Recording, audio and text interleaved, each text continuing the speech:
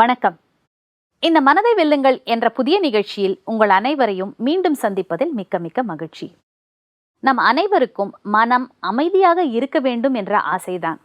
இதற்காக சில முயற்சிகளும் தேவை, சில பயிற்சிகளும் தேவை.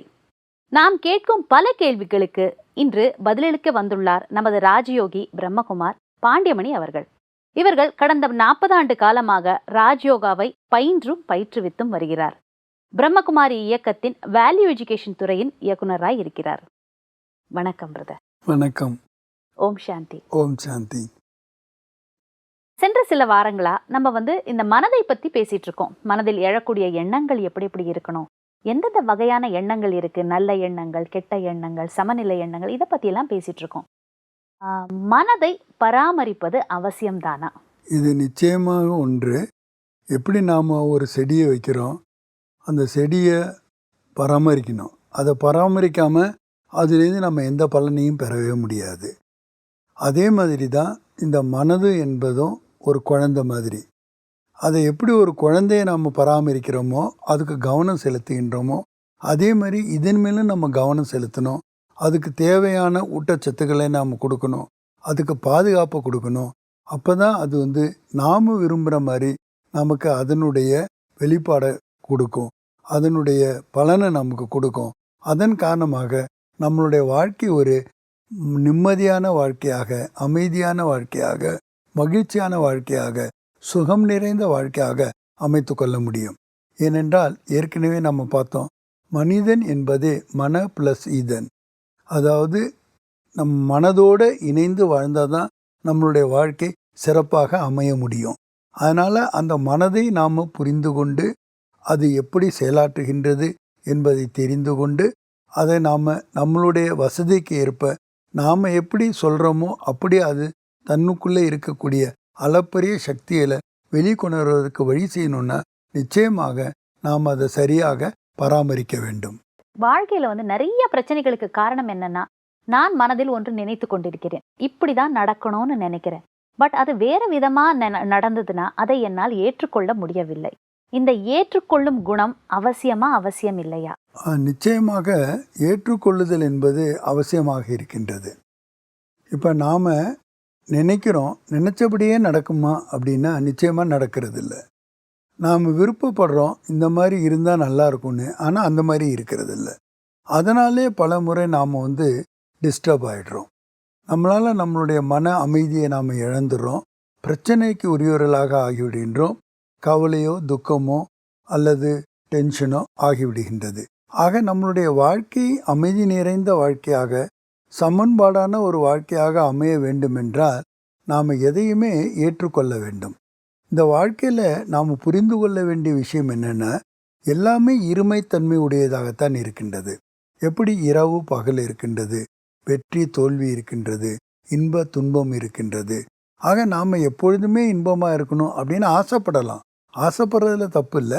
ஆனால் அதற்கான திட்டமிடல் வேண்டும், அதற்கான முயற்சிகளை நாம் மேற்கொள்ள வேண்டும், அதற்காக மனதை பராமரிக்க நாம் தெரிந்திருக்க வேண்டும். ஆக நாம் வேறுபாடுகளை ஏற்றுக்கொள்வதற்கான மனப்பாங்கு உடையவர்களாக இருக்க வேண்டும். ஒரு விஷயம் நமக்கு நல்லா புரியணும், இந்த உலகத்தில் எது நடக்குதோ எல்லாமே ஒரு காரண காரியத்தோடு தான் நடக்குது. அந்த நடக்கக்கூடிய ஒன்றொன்றுக்கும் ஒரு பொருள் இருக்கின்றது. ஆகவே எது நடந்தாலும் அதை ஏற்றுக்கொள்ள வேண்டும். ஆனால் நம்ம என்ன பண்ணுறோம், என்னுடைய மனதிற்கு விருப்பமானதை மட்டும் ஏற்றுக்கொண்டு, எனது மனதுக்கு விருப்பமில்லாத ஏற்றுக்கொள்ளாத ஒரு காரணத்தினால தான் நம்ம பல இடையூறுகளுக்கு ஆளாகின்றோம். பலவிதமான தவறுகளை செய்தாலும் கூட கடந்த காலத்தினுடைய நிகழ்வுகள் அல்லது நடத்தைகள் நம்மை வெகுவாக பாதிக்கின்றன. இதில் ரொம்ப முக்கியமான விஷயம் என்னன்னு பார்த்தீங்கன்னா, நமக்கு சவாலாக இருக்கக்கூடிய ஒரு விஷயம் என்னன்னு பார்த்தீங்கன்னா, நம்மளுடைய பழக்க வழக்கம்தான். இந்த எண்ணுதலுக்கான பழக்க வழக்கம், இப்படி தான் நினைக்கணும் அப்படிங்கிறது கூட நமக்கு தெரிய மாட்டேங்குது. ஏன்னா நமக்கு அதை பற்றி யாருமே கற்றுக் கொடுக்கவே இல்லை இன்னைக்கு வரைக்கும். அதனால் கூட பார்த்தீங்கன்னாக்கா நம்ம பழைய முறையிலேயே நாம் சிந்திக்கின்றோம். இந்த இந்திரியங்களுக்கு உட்பட்டு நாம் சிந்திக்கின்றோம், எல்லைக்கு உட்பட்டு நாம் சிந்திக்கின்றோம். அதனாலேயே நம்ம வாழ்க்கையில் ஒரு எல்லையற்ற மகிழ்ச்சியையோ அமைதியையோ நம்ம அடைய முடியாமல் போய்விடுகின்றது. ஆகவே எது நடந்தாலும் அதை ஏற்றுக்கொள்ளக்கூடிய ஒரு மனப்பாங்கு நம்மளிடம் இருக்க வேண்டும். வெறும் செயலில் மட்டும் நான் சொல்ல வரல. என்ன நிகழ்வுகள் நடந்தாலும் உறவு முறைகளில் கூட எல்லோருடைய பாத்திரத்தையும் நாம் ஏற்றுக்கொள்ள வேண்டும். நாம் நினைக்கிறோம் இவங்க அப்படி இருக்காங்க, இவங்க இப்படி இருக்காங்க, இவங்க சரியா இல்லை, இவங்க இப்படி செஞ்சிருக்கக்கூடாது, இப்படி நடந்திருக்கக்கூடாது, இப்படி ஆகியிருந்தால் நன்றாக இருக்கும் அப்படின்னு நடந்து முடிஞ்சதுக்கு நிறைய நம்ம கரெக்ஷன்லாம் கொடுக்குறோம் நம்ம மனசில். கண்டிப்பாக. அதுவே நடந்து முடிந்துடுச்சு, அதில் கரெக்ஷன் கொடுத்து என்ன ஆக போகுது? ஏன்னா அதான் முடிந்து விட்டதே. ஆக நம்ம முடிந்து விட்டதுக்கு முற்றுப்புள்ளி வைக்கக்கூடிய அளவுக்கு நம்ம மனதில் சக்தி இருக்க வேண்டும். அந்த முற்றுப்புள்ளி வைத்தால்தான் நாம் ஏற்றுக்கொள்ளவும் முடியும். ஏன்னா இது ரெண்டுக்குமே தொடர்பு என்பது இருக்கின்றது. ஆக ஏற்றுக்கொள்ளக்கூடிய மனப்பான்மை என்பது நம்மளுடைய மனதை பராமரிப்பதற்கு ஒரு சாதனமாக அமைந்து விடுகின்றது. இங்கு நம்ம மனதை பராமரிக்கும் போது வெறும் மனதளவில் சில செயல்களை செய்தால் மட்டும் பத்தாது. செயல்களிலும் சில காரியங்களை நாம் செய்யணும். அதன் மூலமாக கூட நம்மளுடைய மனது என்பது நம்மளுடைய கட்டுப்பாட்டில் வந்து விடுகின்றது. ஏனென்றால் மனதினுடைய வெளிப்பாடு தான் செயலாகவும் வார்த்தைகளாகவும் வருகின்றன. ஸோ நான் மனதை பராமரிக்க வேண்டும்னு சொல்றீங்க. ஸோ இது வந்து எந்த பருவத்தில் நான் துவங்க வேண்டும்? இது துவங்குவதற்குன்னு ஏதாவது ஒரு பருவம் இருக்கா? இந்த வயசுல தான் என்னுடைய பயிற்சியை ஆரம்பிக்கணும்னு ஏதாவது இருக்கா? அதுக்கு ஒரு விளக்கம் தர முடியுமா? இதற்கு ஒரு வயசு நாம் சொல்லவே முடியாது. எப்போ நாம் புரிதலுக்கு உட்படுறோமோ அப்பயே நாம் இதை ஆரம்பித்து விட வேண்டும். ஏனென்றால் பாருங்க, நமக்கு ஒரு சவாலாக இருப்பதே இந்த பழக்க வழக்கம்தான். பழைய பழக்க வழக்கங்கள். நம்ம ஏற்கனவே ஒன்றை பழகிட்டோன்னு வச்சுங்க, அதுக்கப்புறம் அதை மாற்றுறது நமக்கு கஷ்டமாயிடும். அதனால் ஆரம்பத்திலே அதை நம்ம சரியான திசையை நோக்கி போனோம்னா, உயர்ந்த நோக்கத்தை நோக்கி போனோம்னா நிச்சயமாக நம்ம அதை அடைய முடியும். இதில் முக்கியமான விஷயம் என்னன்னாக்கா, இதை நாம் என்னன்னு சொல்கிறோன்னா, இப்பொழுதே தொடங்குங்கள். ஒரு நல்ல வளர்ச்சியை நாம் விரும்பினோமானால், ஒரு முன்னேற்றத்தை விரும்பினோமானால், ஒரு மாற்றத்தை விரும்பினோமானால், நாம் எதிர்பார்க்கின்ற ஒரு லட்சியத்தை நாம் அடைய வேண்டும் என்றால் அது எப்பொழுது ஆரம்பிப்பது? அது எப்பொழுது என்று கேட்பதை விட இப்பொழுது என்று தான் கொள்ள வேண்டும். இது ஆங்கிலத்தில் ஒரு பழமொழி சொல்லுவாங்க, நவ் ஆர் நெவர். அதாவது இப்பொழுது இல்லையெனில் இனி எப்பொழுதுமே இல்லை. ஆகவே எதை ஒன்றையும் இப்பொழுதே ஆரம்பிக்க வேண்டும். உதாரணமாக, நாம் ஒத்தி போடக்கூடிய மனப்பான்மையை கூட இதனால் தான் கொண்டு இருக்கின்றோம். எதை ஒன்றை செய்ய வேண்டும் என்றாலும் அடுத்த கேள்வி எப்பொழுதிலிருந்து என்று தான் கேட்கின்றோம். இப்பொழுது அதை நாம் விட்டுவிட வேண்டும். எதை ஆரம்பிப்பதனாலும் எப்பொழுது என்றால் உடனே பதில் என்ன வர வேண்டும்? இப்பொழுது. இப்பொழுதிலிருந்தே ஆரம்பிக்க வேண்டும். வாழ்க்கையில நன்றி கூறுவது முக்கியமா, அவசியமா, அவசியம் இல்லையா? நிறைய பேருக்கு நிறைய விஷயங்கள் கிடைக்குது, ஆனா கூட அது வந்து நன்றி சொல்லணும்னு அவங்க நினைப்பதே கிடையாது. இது வந்து மன பராமரிப்புக்கு முக்கியம்தான் நான் நினைக்கிறேன். இதில் ஒன்றும் சந்தேகமே கிடையாது. நீங்கள் கிறிஸ்துவ மதத்தில் பார்த்தீங்கன்னா தேங்க்ஸ் கிவிங் டே என்று ஒரு நாளை கொண்டாடுறாங்க. அன்னைக்கு அமெரிக்காலெல்லாம் பார்த்தீங்கன்னா லீவ் விட்டுருவாங்க. அவங்க ஒவ்வொருத்தவங்களுக்கும் காலையிலேருந்து இரவு வரைக்கும் நன்றி கூறிக்கொண்டே இருப்பார்கள். இந்த நன்றி கூறுவது என்பது ரொம்ப முக்கியமான ஒன்று. ஏன் நாம் நன்றி கூற வேண்டும்? அவர்களுடைய கடமையை அவரவர்கள் செய்யும்போது இதில் நன்றி கூறுவதற்கு என்ன இருக்கின்றது? ஒரு தாய் தந்தைக்கு நாம் நன்றி கூற வேண்டுமா? ஒரு ஆசிரியருக்கு நன்றி கூற வேண்டுமா? நமது குருவிற்கு நாம் நன்றி கூற வேண்டுமா? நம்மளுடைய நண்பர்களுக்கு நாம் நன்றி கூற வேண்டுமா? உற்றார் உறவினருக்கு நன்றி கூற வேண்டுமா என்று கேட்டீர்களானால் நிச்சயமாக கூற வேண்டும் என்று தான் கூறுவேன். ஏனென்றால் நன்றி கூறுவதற்கு உங்களுக்கு தேவையாக இருப்பது அப்ரிசியேஷன். இந்த அப்ரிசியேஷன் குவாலிட்டி உங்கள்கிட்ட இல்லைன்னா நீங்கள் நன்றி கூறவே முடியாது. ஆக வெறுமனே வாயளவில் உதட்டளவில் நீங்கள் நன்றி கூறுவது பதிலாக உண்மையான உணர்வோடு நீங்கள் நன்றி கூற கடமைப்பட்டவர்களாக இருக்கின்றீர்கள். இதற்கு எனக்கு ஒரு கதை ஞாபகத்துக்கு வருகின்றது. ஒரு பிச்சைக்காரன் ரொம்ப கஷ்டப்பட்டுட்டு இருந்தான். ஏன்னா பிச்சைக்காரன் அவன்கிட்ட பண வசதி இல்லை, கஷ்டங்கள் நிறைந்த ஒரு வாழ்க்கையை வாழ்ந்து கொண்டு இருக்கிறான். அப்போ நினைக்கின்றான், ஒரு 1,00,000 ரூபாய் நம்ம கிடைச்சா போதும், எல்லா கஷ்டத்துலேருந்து வெளியே வந்துடலாம். அதனால கடவுளே எனக்கு நீ 1,00,000 ரூபா கொடுக்கக்கூடாதா அப்படின்னு இறைவன்கிட்ட வணங்குகின்றான், வேண்டுகின்றான். அப்போ இறைவன் கருணை உள்ளவர் அவருக்கு முன்னாடி வருகின்றார். அப்போ அவர் சொல்கிறாரு, நீ கேட்டதுபடி நான் உனக்கு 1,00,000 ரூபா கொடுத்துட்றேன், அதில் எந்த பிரச்சனையும் கிடையாது. ஆனால் அதுக்கு விலையாக நீ ஏதாவது ஒன்றை கொடுக்க வேண்டும். அப்போ அந்த பிச்சைக்காரன் சொல்கிறான், ஏற்கனவே என்கிட்ட எதுவுமே இல்லை, இருக்கிறதே ஒரு ஓடு ஒன்று தான். என்கிட்ட இருந்திருந்தா நான் எதுக்கு உங்ககிட்ட பிச்சை கேட்க போகிறேன், அதனால் நீங்கள் எனக்கு கொடுக்க தான் வேணும் அப்படின்னு சொல்கிறான். அப்போ அவர் சொல்கிறாரு, உன்கிட்ட இருக்கிறது தான் நான் கேட்குறேன், இல்லாத நான் கேட்கல. அதனால் நான் என்ன சொல்கிறேன், உன்கிட்ட 2 கண்ணு இருக்குல்ல, அதில் ஒரு கண்ணை கொடுத்துறேன் அப்படின்றார். உடனே இவன் சொல்கிறான், நான் ஏற்கனவே நல்லா இருக்கிறேன், ஏதோ அட்லீஸ்ட் பார்க்கறதுக்காக எனக்கு பார்வை இருக்கின்றது, நீ என்னை குருடனாக்கணும்னு பார்க்குறியா, அதெல்லாம் கொடுக்க முடியாது என்றான். சரி, உன்னிடம் 2 கைகள் இருக்குல்ல, ஒரு கையை கொடுத்துறேன்றார். அப்போ அவன் சொல்கிறான், நான் 2 கைகளால் தான் வேலையை செய்துக்கிட்டு இருக்கேன், ஒவ்வொரு கையுக்கும் ஒவ்வொரு வேலை இருக்கின்றது, உன்னை இழந்துட்டா நான் முடமாயிடுவேன், ரொம்ப கஷ்டமாயிடுவேன், முடியாது அப்படின்றான். அப்புறம் அவர் சொல்கிறார், சரி 2 கால்கள் இருக்குல்ல, அதில் ஒரு கால்களாவது கொடுத்துறேங்கிறார். எனக்கு டிரான்ஸ்போர்ட்டுக்கு இருக்கிறதே 2 கால் தான், வேறு எதுவும் கிடையாது, அதுலேயும் ஒன்று கொடுத்துட்டு நான் நொண்டியாக முடியுமா, அதனால் நான் கொடுக்க முடியாது அப்படின்றான். அப்போ தான் அவன் யோசிக்கின்றான், நம்மிடம் இவ்வளோ விஷயங்கள் இருக்கின்றன, நாம் எதுவுமே இல்லை, நாம் ஒன்றுமே இல்லாதவர்களாக இருக்கின்றோமே என்று நினைத்து விட்டோமே என்பதை புரிந்து கொண்டு உடனே அவன் கடவுள்கிட்ட சொல்கிறான், கடவுளே நீ எனக்கு ஒன்றுமே கொடுக்க வேணாம், இனிமேல் எனக்கு தெரியும் எப்படி நான் சம்பாதித்து கொள்வது வாழ்வது அப்படின்னு சொல்லிட்டு உனக்கு நன்றிகள் என்று கூறுகின்றான். கடவுளுக்கு நன்றி கூறுவது மிக மிக அவசியமாகும்.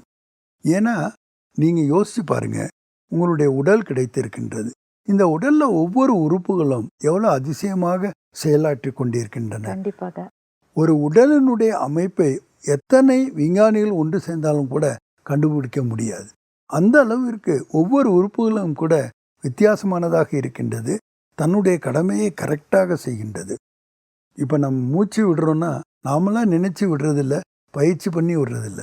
என்றைக்கு பிறந்தமோ அன்னையிலேருந்து கடைசி மூச்சு வரை அந்த மூச்சு வந்துக்கிட்டு தான் இருக்குது. அதே மாதிரி பாருங்கள், நம்மளுடைய இரத்த ஓட்டத்தை எடுத்துங்க, இதயம் தன்னுடைய செயலை ஆற்றிக்கொண்டே இருக்கின்றது. நாம் விழிப்புணர்வோடு இருக்கும்போதும் சரிதான், நம்ம தூங்கும்போதும் சரிதான், அது தன்னுடைய காரியத்தை செய்து கொண்டே இருக்கின்றது. ரெஸ்பிரேட்டரி சிஸ்டத்தை எடுத்துங்க, அது எப்படி தன்னுடைய காரியத்தை செய்யுது. ஆக ஒவ்வொரு உடல் உறுப்புகள் கூட நமக்கு இறைவன் கொடுத்த ஒரு பரிசாக எடுத்துக்கொள்ள வேண்டும். இதற்கு நாம் மரியாதை செலுத்த வேண்டும், அதற்காக இறைவனுக்கு நன்றி சொல்ல வேண்டும். இதை விட இன்னொன்று நடைமுறை வாழ்க்கையில் பார்த்தீங்கன்னா, உடலை மட்டும் நமக்கு இறைவன் கொடுக்கல, நமக்கு உலகத்தை கொடுத்துருக்கான், ஒரு நாடக பாத்திரத்தை கொடுத்துருக்கான், சொந்த பந்தங்களை கொடுத்துருக்கின்றான், இப்படிப்பட்ட ஒரு சூழலை கொடுத்துருக்கான். இதுக்கெல்லாம் நம்ம நன்றி சொல்லணுமா வேணாமா? கண்டிப்பாக சொல்லணும். ஆக நாம் நன்றி சொல்வதை ஒரு நேச்சராக கொள்ள வேண்டும். ஏன்னா நன்றி சொல்லும்பொழுது தான் நாம் ஒன்று எதை பெறுகின்றோம் என்பதற்கான அப்ரிசியேஷனை பண்ணுறோம்.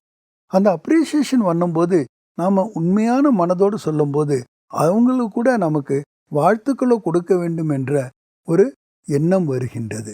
ஆக ஒரு நல்ல குணமுடைய ஒருவருக்கு நன்றி கூறுதல் என்பது மிக மிக அத்தியாவசியமாக ஒரு மனதை பராமரிப்பதற்கு இது கூட ஒரு உதவியாகவே இருக்கின்றது. அடுத்தது ஒவ்வொரு பொருளை நாம் ஒரு கடையில போய் ஒரு பொருள் வாங்குறோம்னா அந்த பொருளுக்கு ஒரு விலை இருக்கிறது.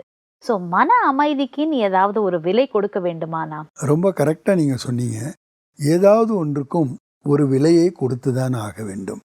விலையை கொடுக்காம எதையுமே பெற முடியாது. இது வியாபாரத்தில் மட்டும் இல்லை, நடைமுறை வாழ்க்கையிலையும் இதை நாம் உட்கொள்ள வேண்டும். ஆன்மீக தத்துவமும் இதைத்தான் குறிக்கின்றது. எதை ஒன்றை பெற வேண்டுமானாலும் அதற்கான விலையை கொடுக்க வேண்டும். விலையை கொடுக்காம நாம் பெற முடியாது. உதாரணமாக வெற்றி வேண்டுமென்றால் அதற்காக உழைக்க வேண்டும். அந்த உழைப்பை கொடுக்காம வெற்றியை நாம் பெற முடியாது. ஆகவே எதை ஒன்றும் இலவசமாக பெறலாம் என்று ஒருபொழுதும் நினைக்காதீர்கள். சில நேரம் சில கடைகளில் விளம்பரம் பண்ணுவாங்க, ஒன்று வாங்கினால் ஒன்று இலவசம் என்று. நாம் கூட ரொம்ப சந்தோஷப்படுறோம், ஆல்ரெடி நமக்கு ஒன்று இலவசமாக கிடச்சிடுச்சின்னு. இதில் 100 உதாரணம் சொல்ல போனீங்கன்னா வேடிக்கையாக இருக்கும். ஒரு ஃப்ரிட்ஜு வாங்க போகிறாங்கன்னு வச்சுங்க, அதனுடைய விலை 10,000 ரூபாய் இருக்கும். அந்த ஃப்ரிட்ஜை வாங்கும்போது அந்த கடைக்காரன் ஒரு கீ செயினை இலவசமாக கொடுப்பான். உடனே அவ்வளோ சந்தோஷமாக இருக்கும்.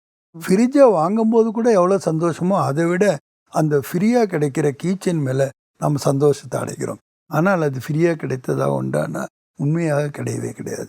ஏன்னா அதுக்கான விலையை நாம் கொடுத்துருக்குறோம், அதில் அதுவும் அடங்கும். அதனால தான் நாம் எதை ஒன்றையும் இலவசமாக பெற வேண்டும் என்று நினைக்கவே கூடாது. ஏனென்றால் கர்மத்தினுடைய வினை விளைவு தத்துவம் எதை கூறுகின்றது என்றால், எதை ஒன்றை பெறுவதற்கு எதை ஒன்றையாவது நாம் விலையாக கொடுக்கத்தான் வேண்டியிருக்கின்றது. ஸோ நற்குணங்களை நம்ம வாழ்க்கையில பெறணும்னா நம்ம எதை விலையாக கொடுக்க வேண்டும்? இதுக்கு ஒரு விளக்கம் தர முடியுமா? குணங்களை நாம் அடையிறதுக்கு முயற்சி செய்ய வேண்டும். அதாவது திடமான முதலில் எண்ணம் வேண்டும், இதை நான் பெற வேண்டும். ஆக ஒரு உதாரணம் சொல்ல போனோம்னா, சில இதை முடியாதுன்னு கூட நாம் நினைக்கிறோம். அதை ஆங்கிலத்தில் என்ன சொல்லுவாங்கன்னா இம்பாசிபிள்னு சொல்லுவாங்க. இந்த இம்பாசிபிள்ங்கிற வேர்டில் என்ன இருக்குன்னா ஐ ஆம் பாசிபிள். அது என்னால் முடியும்னு அர்த்தம். முடியாதது என்பது இந்த உலகத்தில் எதுவுமே கிடையாது. அதே மாதிரி இன்னைக்கு காலகட்டத்தில் நாம் பார்க்குறோம், இன்றைய உலகத்தில் நாம் பார்க்குறோம், எங்கே நோக்கினும் டிவைட் ஆஃப் வேல்யூ. இந்த குணங்களே இல்லாமல் இருக்கின்றன. அதனால தான் இந்த பிரச்சனைகள் எல்லாம் நாளுக்கு நாள் அதிகமாகிக் கொண்டே இருக்கின்றது. இப்படிப்பட்ட சூழ்நிலையில் போய் நாம் இதை கொண்டு வர முடியுமா? இது நடைமுறை சாத்தியமா என்று கூட நினைக்கின்றார்கள். இப்போ நாம் சில பேர்கிட்ட சொல்லும்போது நீங்கள் நல்லவங்களா இருங்க அப்படின்னு சொன்னால் கூட இந்த காலத்தில் இது ஒத்து வருமா? இது முடியுமா? ஏனென்றால் கலியுகம் இப்போ நடந்து கொண்டு இருக்கின்றது. எல்லாமே தன்னுடைய உச்சக்கட்டத்தில் இருக்கும்போது நீங்கள் இப்படி போய் ஒரு விஷயத்தை சொல்லுறீங்களே, நாங்கள் அப்படியெல்லாம் இருக்க முடியாது, இது சாத்தியமே இல்லை என்று தான் சொல்லுகின்றார். நல்லதுக்கு காலம் இல்லைன்னு கூட சொல்லுவாங்க. ஆனால் உண்மையை நாம் புரிந்து கொள்ள வேண்டும். இவை நம்மிடமே உள்ள குணாதிசயங்கள். இவைகளை நாம் வெளிப்படுத்துவதன் மூலமாகவே நமது வாழ்க்கை அமைதியானதாக, மகிழ்ச்சி நிறைந்ததாக, அதைவிட பொருள் நிறைந்ததாக ஆகிவிடுகின்றது. இன்னும் ஒரு ஆங்கிலத்துல நான் ஒரு வாக்கியம் படிச்சிருக்கேன், desire is the root cause of all சஃபரிங்னு. ஸோ இந்த ஆசை என்பது நம் மனதில் இருக்கலாமா, இல்லை என்ன மாதிரி ஆசை நாம் வைத்துக் கொள்ளலாம்? இதுக்கு ஒரு விளக்கம் தர முடியுமா? அதாவது ஏதாவது ஒன்று பெறுவதற்கு இன்னொன்று விலையாக கொடுக்க வேண்டும். நற்குணங்களை நாம் பெற வேண்டும் என்றால் துர்குணங்களை நாம் விலையாக கொடுக்க வேண்டும். தேவையற்றதை வீணானதை கொடுப்பதில் நமக்கு எந்த கஷ்டமும் இல்லை. உதாரணமாக இன்றைய உலகத்தில் கூட பார்த்தீங்கன்னா, வேண்டாத பொருள்களை, உடைந்த பொருள்களை, குப்பையில் போடக்கூடிய பொருள்களை கூட ரீசைக்கிள் பண்ணி மறுபடியும் பொருள்களாக நல்ல புதிதாக உருவாக்கி கொள்கின்றார்கள். ஆக இந்த உலகத்திலேயே பொருட்கள் மேலேயே அப்படி செய்யும் பொழுது நாமையே நம்ம மனதில் எழுகின்ற இந்த எதிர்மறையான உணர்வுகளை, அதாவது நம்மளுடைய மனோ விகாரங்களை நாம் தானம் பண்ணிட்டு கொடுத்துட்டு அதுக்கு பதிலாக குணங்களை நாம் பெறக்கூடாது. ஏனென்றால் இறைவன் நம்மிடம் விரும்புவதே வேண்டாத குணங்களையும் நம்மிடம் உள்ள குறைகளையும் தவிர வேற எந்த பொருளையோ அவர் நம்மிடம் எதிர்பார்ப்பது இல்லை. அடுத்தது இந்த விழிப்புணர்வு என்பது எப்படி மனதை பராமரிக்க உதவியா இருக்கு? ஏன்னா நிறைய காரியங்கள் நம்ம செஞ்சுட்டே இருக்கோம், ஆனா அதோடைய விழிப்புணர்வு நமக்குள்ள இல்லை. அந்த காரியம் செஞ்சு முடிச்சோடனே சில நேரங்களில் கேட்கலாம், என்ன சாப்பிட்டீங்கன்னா கூட சில பேர் என்ன சொல்றாங்கன்னா, எனக்கு என்ன சாப்பிட்டேன்னு கூட தெரியல அப்படின்றாங்க. அந்த விழிப்புணர்வு கூட இல்லை. ஸோ இது எந்த அளவுக்கு மனதின் பராமரிப்புக்கு உதவியா இருக்கிறது? நீங்கள் கரெக்டாக சொன்னீங்க. நாம் காரியம் செய்யும்போது கூட ஏதோ பழக்க வழக்கத்துக்கு அடிமைப்பட்டு தான் பண்ணிட்டு இருக்கோமே தவிர எந்த ஒரு செயலையும் நாம் விழிப்புணர்வோடு செய்வதில்லை. விழிப்புணர்வோடு செய்வது கூட ஒரு தியானமாகும். நாம் என்ன செய்கிறோங்கிறத விட அதை எதுக்காக செய்கிறோம், எப்படி செய்கிறோம், செய்ய வேண்டுமா, செய்வதனால் என்ன பலன், அதனுடைய பிரதிபலனை எதிர்பார்த்து செய்வதை தான் நாம் விழிப்புணர்வுடன் செய்வது என்று கூறுகின்றோம். எப்பொழுது நாம் விழிப்புணர்வோடு இருப்போமோ அப்போ ஆட்டோமேட்டிக்காக ஒரு கவனம் இருக்கும். நம் மூலமாக எந்த ஒரு தவறுமே ஏற்படாது. தவறுக்கு மூல காரணம் என்னவென்றால் நாம் என்ன செய்கிறோங்கிறது தெரியாமல் செய்கிறோம். ரெண்டாவது, இது எந்த விதமான பலனை ஏற்படுத்துகிறது என்பதை பற்றி தெரியாதனால தான் அடிக்கடி நம்ம தவறுகளை செய்து விடுகின்றோம். அந்த அடிக்கடி செய்கிறதுனால அதுவே நம்ம பழக்கமாயிட்டு அது நம்மளுடைய நேச்சர் ஆகிடுது. அதனால தான் சில பேருக்கு தான் தவறு செய்கிறோங்கிறது கூட தெரியறதில்ல. காரணம் அந்த அளவுக்கு அதனுடைய பழக்கத்தில் அவங்க வந்துடுறாங்க. இப்போ நம்ம எப்போ எதோ ஒன்று செஞ்சாலும் விழிப்புணர்வோடு செய்யணும் அப்படின்னு செய்யும்போது தவறு வர்றதுக்கான வாய்ப்பே கிடையாது. இன்னொன்று பார்த்தீங்கன்னா, நாம் எப்போ விழிப்புணர்வோடு இருப்போமோ அப்போ ஆத்ம உணர்வோடு இருக்கிறது ஈஸி ஆகிடுது. ஆத்ம உணர்வோடு இருக்கும்போது நாம் செய்கின்ற எல்லா கர்மங்களும் கூட, காரியங்களும் கூட, செயல்களும் கூட சிறப்புடையதாக அமைந்து விடுகின்றது. ஏனென்றால் அதனுடைய பலன் நமக்கு நல்ல பலன்களையே கொடுக்கின்ற காரணத்தினால தான் விழிப்புணர்வோடு நாம் செய்யணும்னு சொல்கிறோம். ஆக விழிப்புணர்வு எப்பொழுது வரும்னா, நாம் எந்த ஒரு செயலை செய்யும்போது கூட அதை நம்ம ஏன் செய்கிறோம், எதற்காக செய்கிறோம், எப்படி செய்கிறோம், யாருக்காக செய்கிறோம், அதனால் விளையக்கூடிய விளைவுகள் என்ன, அது யாருக்காவது பலனளிக்கக்கூடியதாக இருக்கின்றதா என்பதையெல்லாம் பார்த்து தான் அந்த செயலை நம்ம செய்கின்றோம்.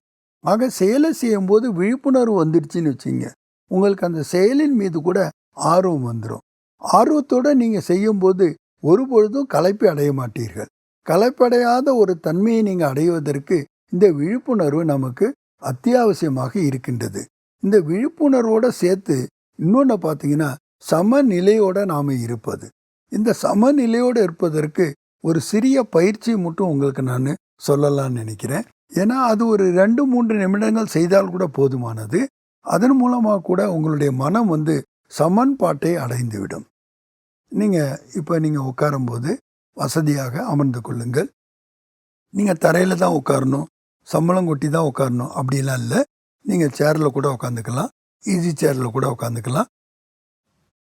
அமைதியாக உட்காந்துக்குங்க. உங்களுடைய உடலை முதல்ல தளர்த்துங்க. உங்களுடைய உடலுடைய ஒவ்வொரு பகுதியையும் நினைவுக்கு கொண்டு வந்து அதுக்கு தளர்ச்சியை கொடுங்க. அதுக்கு ஒரு ரிலாக்ஸ் கொடுங்க. அதுதான் ரிலாக்ஸேஷன் அப்படின்னு சொல்லுவாங்க. அந்த ரிலாக்ஸேஷன் கொடுத்த பிறகு நீங்கள் உங்களுடைய மூச்சையை கொஞ்சம் கவனியுங்க. அந்த மூச்சு எப்படி வெளியில் வருகிறது, எப்படி உள்ளே இழுக்கின்றீர்கள் மூச்சு, அது எப்படி போகின்றது என்பதை ஒரு நிமிடம் கவனம் செலுத்துங்க. இந்த கவனத்திலே உங்களுடைய மனது ஒரு 50% ஒருமுகப்பட்டுவிடும்.